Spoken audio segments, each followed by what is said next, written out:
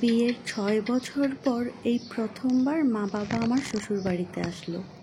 কারণবশত প্রথমেই এখানে একটা কথা উল্লেখ করে নিচ্ছি, আমি হচ্ছে নারায়ণগঞ্জের মেয়ে আর আমার শ্বশুরবাড়ি হচ্ছে গাইবান্ধাতে। এত দূরে হওয়ার কারণে ইচ্ছে থাকার পরেও আমার ফ্যামিলি বা আত্মীয় স্বজন কেউ কখনো আমার শ্বশুরবাড়িতে আসতে পারেনি। যদিও আমার ছোট ভাই বোন ২-১ বার এসেছিল। তো যাই হোক, আজকের ভিডিওটা সাধারণত আমি আমার আত্মীয় স্বজন যারা আছে তাদের উদ্দেশ্যে বানাচ্ছি। দেখবে তো সবাই, জানি কেউ এত দূরে কখনো আসবে না, আসা সম্ভব না, তাই ভাবলাম যে ছোট্ট করে একটা ভিডিও বানিয়ে সবার সাথে একটু শেয়ার করি। ভিডিওর প্রথমেই বলে নিচ্ছি, খারাপভাবে নেয়ার কোনো কিছু নাই। এইখানে গাইবান্ধায় এখানে আমার ছোট্ট একটা সংসার, ছোট্ট একটা ঘরবাড়ি। আর এখানে আমার থাকা হয় না বললেই চলে, শুধু ঈদের সময় আসি আমি এখানে। এইবার 2025 সালে রোজার ঈদে আসছি এইখানে ঈদ করতে, মা বাবাকে শ্বশুরবাড়ি দেখাবো বলে। আমার মা বাবা দুজনেই অনেক অসুস্থ, আব্বা ডায়াবেটিক্সের রোগী, আম্মুর অপারেশন হয়েছিল, সেজন্য আসলে বিভিন্ন প্রবলেমের জন্য তাদের এখানে আসা হয় নাই। আর ঈদের এতদিন পর আমি ভিডিওটা আপলোড করার কারণ হচ্ছে, এতদিন আমি নিজেও অনেক অসুস্থ ছিলাম, যার জন্য ফোন থেকে একটু দূরে দূরেই ছিলাম, ভিডিও এডিট করা হয় নাই, সেজন্য আপলোডও করতে পারি নাই। তো যাই হোক, প্রথমেই আমি শেয়ার করছি আপনাদের সাথে আমার রুমটা। এখানে আসলে আমি এই রুমটার মধ্যেই থাকি, এই রুমটা আমার অনেক বেশি ভালো লাগে।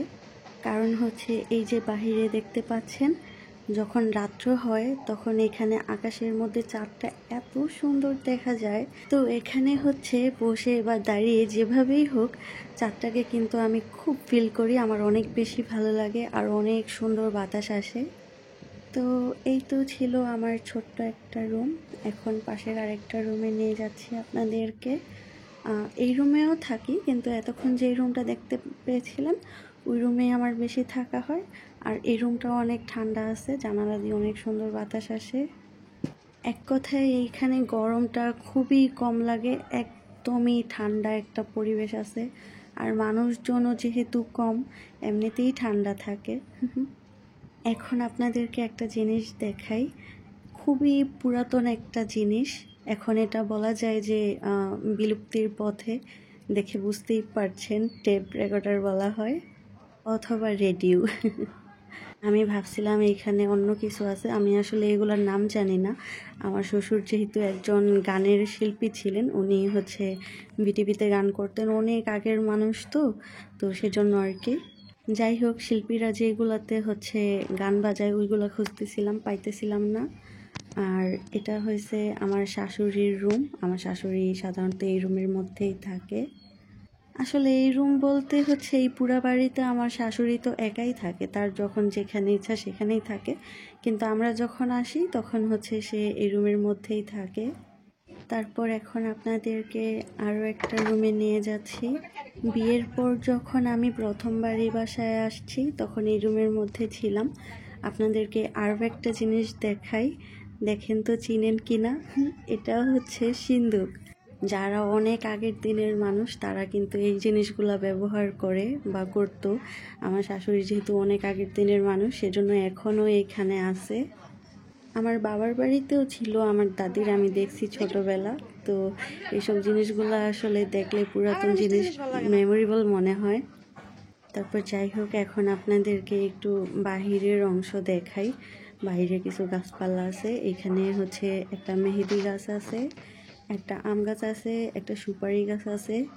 আর এই একটা আম গাছের মধ্যে প্রচুর প্রচুর পরিমাণ আম হয়। আগে আরও গাছ ছিল, ওইগুলা কাইটে ফেলা হয়েছে। আর এই গাছের সুপারিও এত বেশি মিষ্টি, আসলে গাছগুলা হয়তো অত একটা বোঝা যাইতেছে না। তারপর যাই হোক, এদিকে দেখেন একটা মাটির চুলা আছে।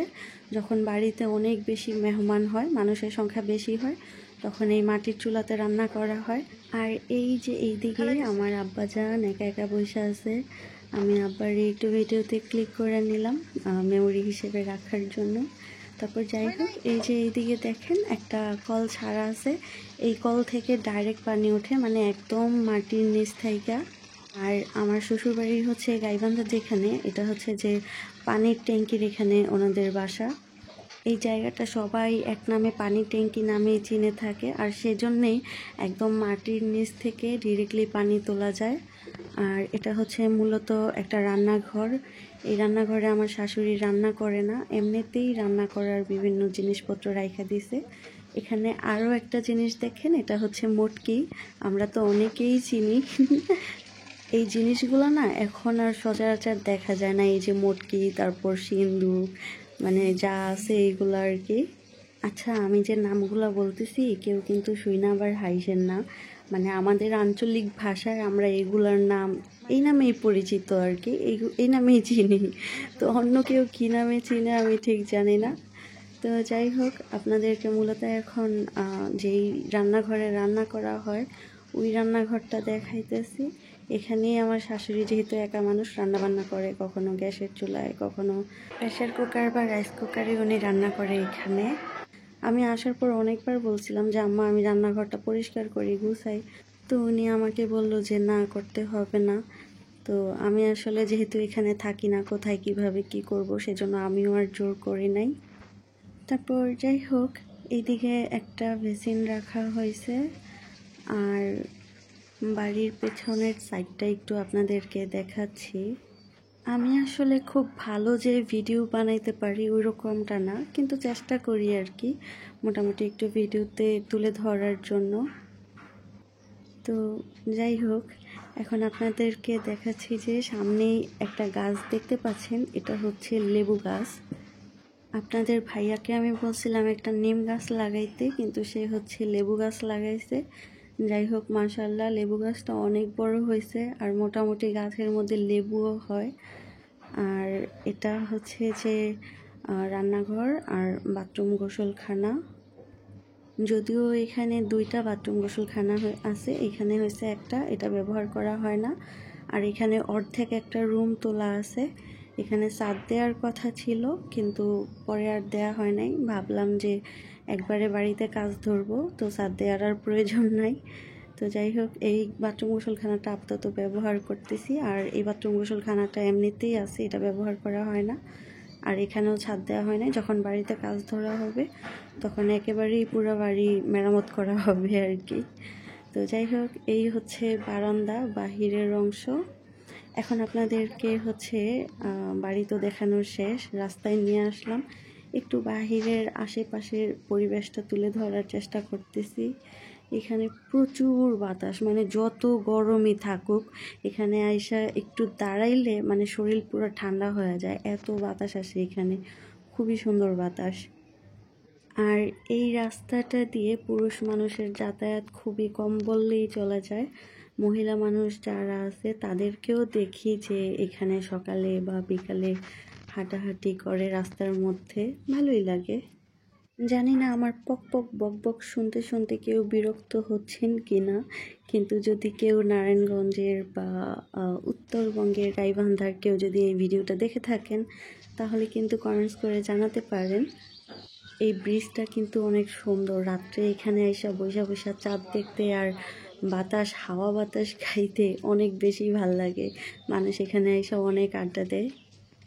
আর এই যে দেখছেন, অনেকেই এইগুলো চিনে না বা এইগুলো যে খাওয়া যায় সেটা জানে না। আমার শ্বশুরবাড়িতে আইসা তো এইগুলো দেখে আমি পুরাই অবাক, অথচ আমাদের এলাকার মধ্যে মানে 10 গ্রাম খুঁজেও এগুলো পাওয়া যায় না। আর এটার নাম হচ্ছে ঘাগরা।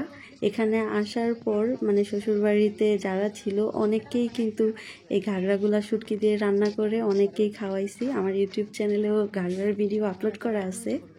শুধু তাই না, মজার বিষয় হচ্ছে এই ঘাগরাগুলাকে এই গাইবান্ধা থেকে সেই নারায়ণগঞ্জ পর্যন্ত নিয়ে গেছি, ওইখানে নিয়ে গিয়েও কিন্তু রান্না করে খাইছি। এই ঘাগরা হচ্ছে আমাদের এলাকায় এত বেশি পছন্দ। তো যাই হোক, অনেক পক পক করে ফেলছি, জানি না কার কাছে কেমন লাগছে। অন্যের কাছে যেমনই লাগুক, নিজের বাড়ি ঘর নিজের কাছেই ভালো লাগবে বা নিজের কাছেই বেস্ট, এটাই হচ্ছে স্বাভাবিক। আশা করি হয়তো আমার অনেক আত্মীয় স্বজনরাই এই ভিডিওটা দেখবে। আর আমার পরিবারের কাউকে আমি ভিডিওতে ক্লিক করে নেইনি, কারণ তারা কেউ ক্যামেরার সামনে আসে না, আসতেও চায় না।